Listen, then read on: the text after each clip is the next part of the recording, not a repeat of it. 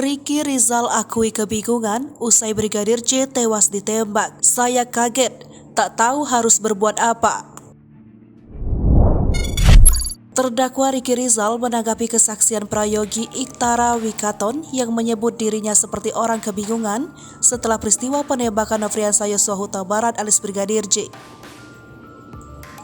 Adapun penembakan yang menewaskan Brigadir J itu terjadi di rumah dinas Ferdy Sambo di Komplek Polri Duren 3, Pancoran, Jakarta Selatan, 8 Juli 2022. Ricky membenarkan kesaksian Prayogi soal dirinya mondar-mandir setelah peristiwa tersebut.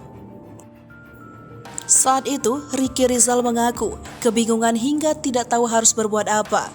Saksi Prayogi sebelumnya mengungkapkan gerak-gerik Ricky Rizal seusai Brigadir J tewas ditembak.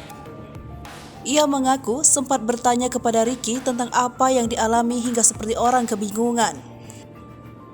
Namun, menurut Prayogi, Ricky tidak menjawab pertanyaannya.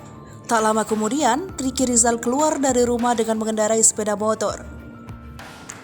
Di momen itu, Prayogi kembali bertanya Ricky hendak kemana, namun Ricky tidak memberikan jawaban pasti.